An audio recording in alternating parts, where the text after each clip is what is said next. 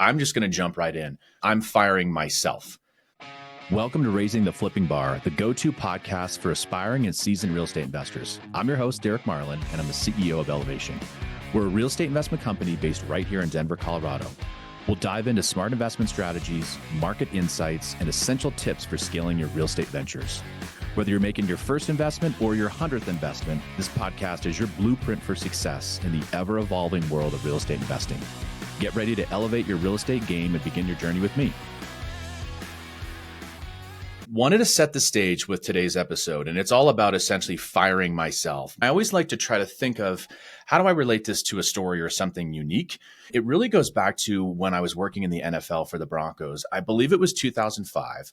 And one of the cool things about working in the league was there was league meetings. So there were all the football operations folks that would get together and all the business operations folks that would get together. The fun thing was you would travel around the country. You would always go to a new city, and it was normally a city where there was a newer or a new stadium that had been built. So at that time, the Seattle Seahawks stadium was fairly new, and the president and CEO, Todd Lewicki of the Seahawks, spoke. And something that really spoke to me was his intensity and his compassion for running the organization, but from a ground floor level or a grassroots level. One of the cool things that he would do is every year he would attend 2 games. He would actually attend a preseason game, which you can barely get season ticket holders to attend preseason games, let alone the top executive for running an NFL franchise. What he would do is he wanted to see how the business functioned through the consumer's eyes. So he would get dressed up in his regular Seattle Seahawks gear. He would drive in, he would sit through traffic, he would park in the parking lots, he'd walk, he'd see everything that was going on with his franchise. He'd get concession food. Yeah, I mean, think of a CEO eating probably a lukewarm hot dog. Like most people wouldn't do that, but he would do that.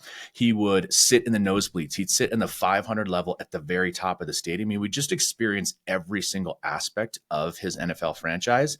And it's something that really has always stuck with me. So what we're doing is we're essentially kind of getting back to basics at Elevation. We're taking that same philosophy of instead of working on your business versus working in your business, I'm kind of flipping the script. And that story with Todd Lewicki just reminded me that I can really admire, even though I'm a Broncos fan, for those of the audience that know, we're obviously based in Denver. Even though somebody ran the Sea Chickens, as we call them, we can still support somebody that's just a really good leader. Let's kind of talk about how I'm changing my roles. Again, I fired myself as the CEO. The good news is I at least hired myself as the COO. The way that I'm thinking about this is, for those of you that are listening, I'm holding up a book by Michael Gerber, and it's called The E-Myth. This is honestly one of my favorite books. I actually can look back at this book, and it's super kind of yellowed and weathered, which is weirdly fun to look at. But he talks about typically working on your business versus working in your business. And I'm really just flipping the script. I'm really focusing on working much more in the business than I am all these different visionary type roles. Where did this stem from? Let me tell you where this stemmed from. And it came from a strategic meeting that I had with my friend and colleague, Doug Slaybaugh. He's been on some episodes and he runs a company called the CPA Coach. We do strategic planning. We do business coaching is kind of what most people would call it. I do a review at the end of every quarter. I say what things went great and what things didn't go so great. And I really look back at it, and looking at first quarter of 2024, that was still a weird and rough quarter for us. It's the first time that we can ever remember. I started doing this back in 2009 and really full time in 2015, where the first quarter was honestly not as strong for luxury products, which is over $1 million, than it was in the fourth quarter. So we've got a flip that's still sitting on the market right now. We just cut this sucker $100,000. We got to cut that and move on and make money as fast as humanly possible. So we're just going on to the next one. But we really try to think about what did we want to change. And I'm really sensitive to not leaning into, oh, the market wasn't good. Yes, interest rates are still high. But if you have that mentality, you're never going to succeed. And I really wanted to be hard on myself and hard on my company from an evaluation standpoint. We looked back and we said, how can we get more involved on a day-to-day basis? And the one thing that we thought that we needed to focus on that we just didn't do the best job, and that comes from me as the leader, is accountability. So if I look back, I should have been more accountable with our sales management. And then that translates down to how they are accountable with our sales team and our real estate agents. We've got great agents on our team, but everybody needs to be coached up in the proper manner. I still need to dive into accountability when it comes to the project management side. How do we run our projects more efficiently? How do we cut our costs in reasonable areas without affecting the quality of the work? From a marketing perspective, what type of content do I put out? How consistent am I? It was all about casting this vision, but really getting back to the basics. I'm a sports guy, you guys know this. But we call this the fundamentals, or the blocking and tackling. So if I put my old football helmet back on, it's all about just being really good at blocking and tackling. Even so far as to work what we call essentially our business partners. So whether it's working with Doug, my CPA coach, on strategic planning, whether it's working with our fractional CFO, Matt Krieger, who does a great job as well. But I needed to get into a better flow and look at things on a more consistent basis of, how do we move the needle now instead of always planning for a year down the road, 3 years down the road, 10 years down the road, whatever that might be. So I think that was really one of the big focuses. It was really tough for me because you can see behind me in the background, and for those of you listening, I'm actually recording from my office instead of our podcast studio. I read a ton, and it's like you're reading all these books. You're trying to be the best leader that you can be. You're trying to be a visionary by definition, by the way we run our business through the EOS system and the traction book, which is actually right behind me. You really are looking at planning 1 year out, 3 years out, 5 years, and even 10 years out to cast your vision, which again, I think is really important, but it's all about striving. And really what we have been doing is striving. If you think about what's called the Eisenhower matrix, the 4-box matrix, and you either label things that are urgent or you label things that are important. It depends upon where those things fall. So with that matrix, I'm really always, as the CEO, trying to give my staff the runway to do a great job in their specific roles or their divisions, and trying to live in what they call box number 3, or the kind of that top right quadrant. And those are things that are important, but they're not urgent. So think of strategic planning. Think of putting a extra piece of your business together that might drive revenue, but you might not need it today. Think of maybe where the market's shifting. Those are all important pieces of the puzzle. But really, I felt like I was focusing on that actually too much, and I wasn't involved as much on the day-to-day, which again, for me is really hard because you read all these books, you go to college, you get an MBA, whatever your educational background might be. It's all about relying on staff and trying to scale up and trying to grow your business. Of course, nobody can do things on their own, and they will only go so far. But sometimes the last 3 books that I read, it was all about maximizing productivity, thinking of it from a visionary perspective, thinking of it from 3 years down the road, 5 years down the road. I felt like I lost my way a little bit. So we are getting back to basics, and we are going to work on the business versus in the business. So again, this book, The E-Myth, we're flipping the script, still phenomenal philosophies, but that's really our goal. I tried to create a new avatar for myself. So when Doug and I were working on this, it was really about, for me, what can I do to put my COO hat on? Or if you think of the book Traction, they call it the integrator role. So again, you kind of have the CEO and the visionary person, which is where my natural inclination goes to running the business. I'll never give that up, but I'm putting that in the closet for a little bit and putting that on the shelf.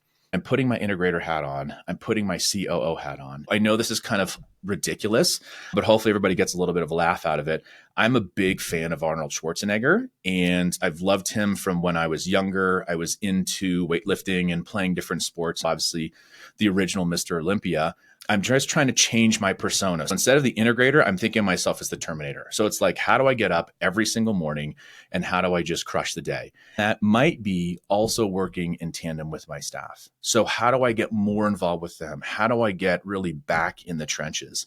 I'm actually really energized and I'm invigorated by this. One of the people I try to look to, obviously people that are way smarter than me and way more successful than me. And one of my business mentors from afar, we've obviously never met, but Howard, he is the founder and he is the CEO of Starbucks. I did some homework and double checked, and I knew he had been in and out of the CEO and the leadership role, but he's actually done that 3 times. On all 3 different occasions, he felt like he needed to get back involved. For him, it was more going from a founder and chairman of the board role to the CEO. For him, the CEO is actually much more involved in day to day and running, obviously, a monstrous publicly traded company. For him, it was also when they faced challenges, when they faced adversity, and every single time he was actually able to help reinvent the company, and he was helped to take it to a new level, which is actually a result of their stock price. So I'm trying to channel my inner Howard Schultz, think of it through my Arnold Schwarzenegger lens of getting on my motorcycle, and it's like Terminator time. It's time to get back to basics and just kick ass every single day.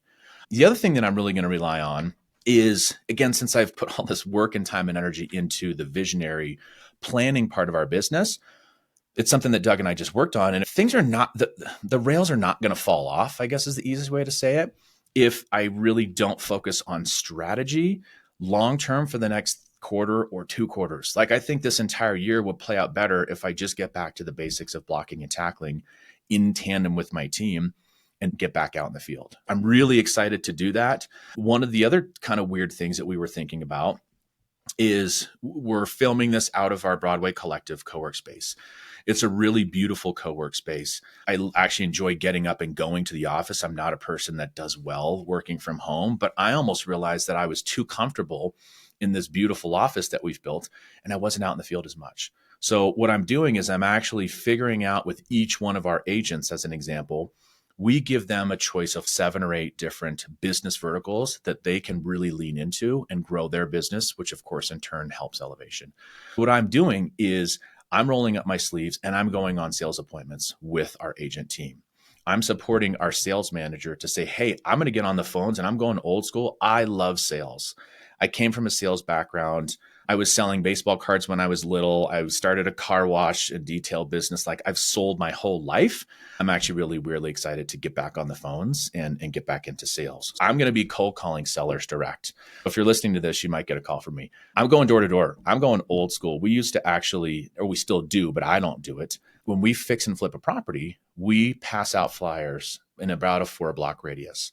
And that flyer says, hey, I'm working in your neighborhood.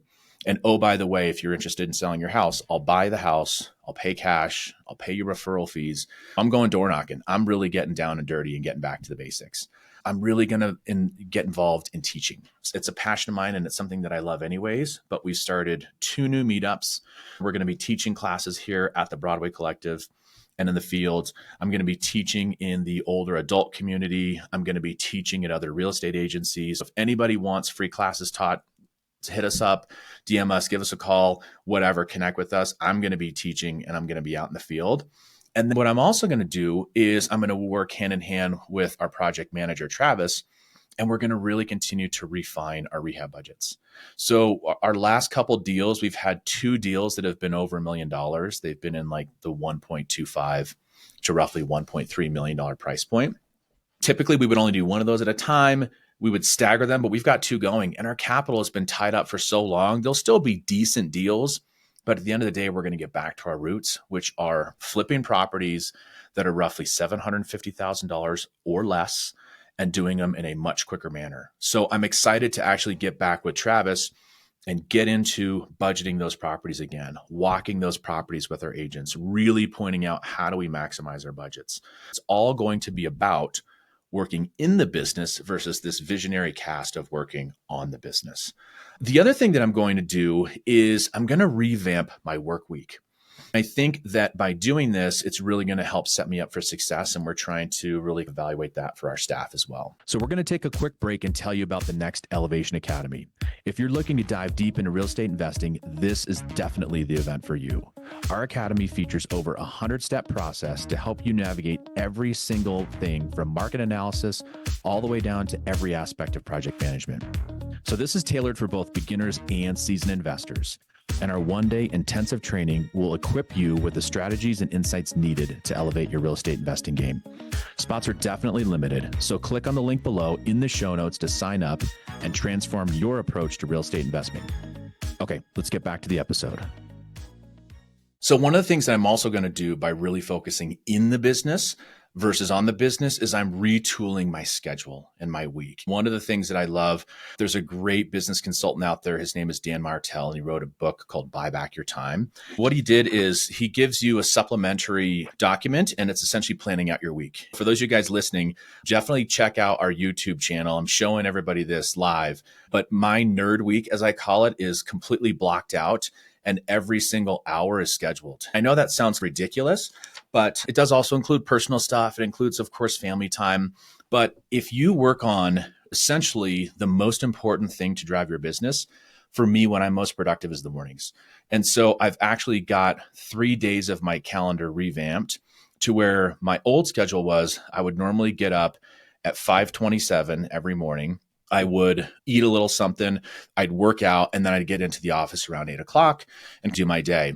But you definitely get a little distracted sometimes. So what I'm actually going to do, and I'm helping let my staff know, is that I'm going to get up and I'm going to crank on working on the business versus in the business from 5:30 in the morning till about 8 every morning, or I should say 3 days a week. Then I'm going to go to the gym because that's still really important for me. Then I'm going to show up at the office at about 10:30. Again, if you can, as they say, eat the elephant one bite at a time, do that every single morning in our books. And then I'm blocking out tons of afternoons for sales appointments. I want to be in the streets.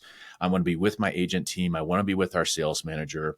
I want to be with our partners. And I'm really revamping the way that we're going to do everything. Another area we're really going to lean into and focus on, I know a lot of you guys have turned into some of our episodes about how to source deals. It's actually been a fun change. The terminology has gone from senior citizen to older adult. We're going to really lean into that space even more. So we're going to be out meeting with so many more people in that business vertical, delivering value to that community. I'm really excited because I'm one of the guys that actually loves sitting in grandma and grandpa's living room and talking to them, learning about their lives, figuring out what are their problems, how can we help solve this? We're going to help win for them, and we're going to help win for the business. It's all about revamping your week. I think that's something that's also super important. We're getting back to basics again from a teaching and a training perspective. It's really cool. Definitely, if you guys are listening to us, jump on the platform called Meetup. And we actually now have 3 different meetups. It's all free, and it's just building our community. And so we have a Fix and Flip Live meetup, and that's where we're meeting people on site at all of our different flips.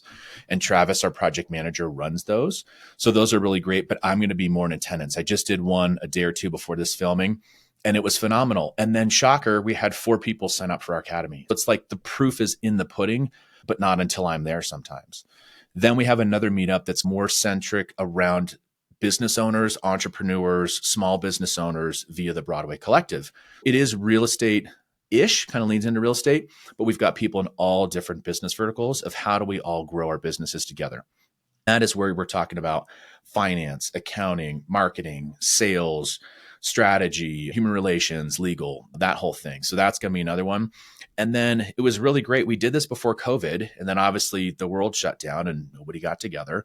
But we're really excited. We're starting back up our bread and butter elevation meetup. And that's going to be really targeted to delivering value to real estate investors, real estate agents, contractors, and really anybody in related fields. So think property management, think insurance, think financial planning, think banking, hard money lending, anybody in our large umbrella. We're going to be doing those on a monthly basis. Definitely check the show notes out. We'll have all the details for you. But again, it's all about me being there and being there in person and being really engaged in how do we, revamp and regrow our business. Kind of as we wrap up this episode, this is definitely not one of our longer ones, but it's one that hopefully you can see and hear the passion that I've got. And I'm really excited to see how second quarter goes. We will always do kind of a postmortem and see how this quarter went for us. So definitely check back in the next 3 or 4 months. I'm going to put myself to the test and really read my own scorecard.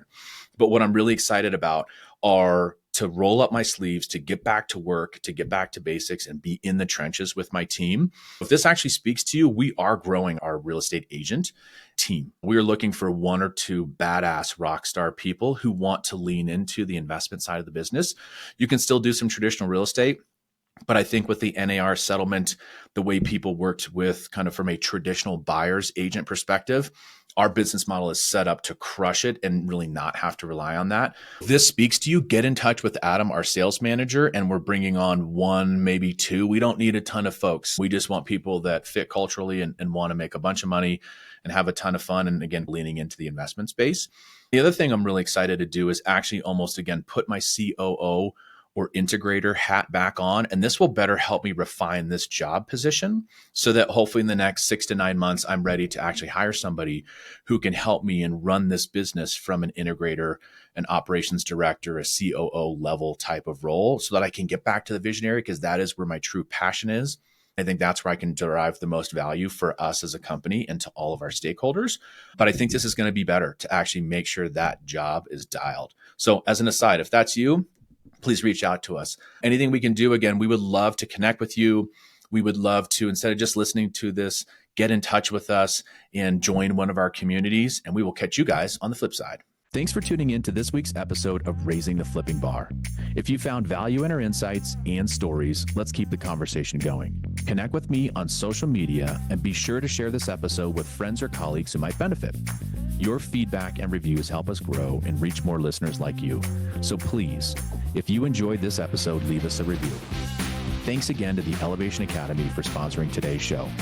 If you're interested in learning more, click the link in the show notes below. And remember, every property tells a story, every deal brings a lesson. Keep reaching for those goals, and we'll catch you on the flip side. Hey, everybody. Thank you so much for listening and watching Raising a Flipping Bar. Just a basic overall disclaimer is that A, this is not legal advice. B, this is not tax advice. C, this is not financial advice. I hope you get the gist, but I'm obviously not a lawyer, not a CPA. Hell, I'm not even a real estate agent, actually. But in general, we hope you get a ton of value out of this, but there is a bit of a disclaimer. Please consult a professional if you have any questions whatsoever. Thanks for tuning in.